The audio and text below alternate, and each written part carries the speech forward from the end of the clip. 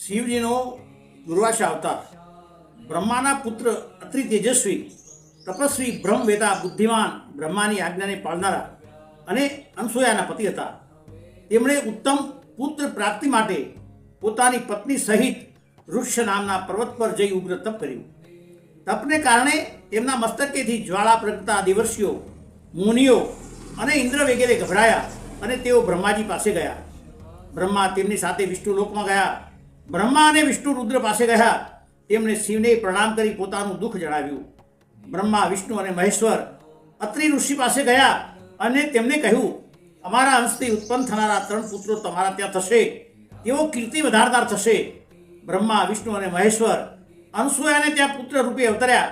બ્રહ્માના અંશથી ચંદ્ર, વિષ્ણુના અંશથી દત્તાત્રેય અને મહેશ્વરના અંશથી દુર્વાસા જન્મ્યા. જે શ્રેષ્ઠ મુનિએ ઉત્તમ ધર્મ ચાલુ કર્યો હતો. દુર્વાસાએ બ્રહ્મ તેજ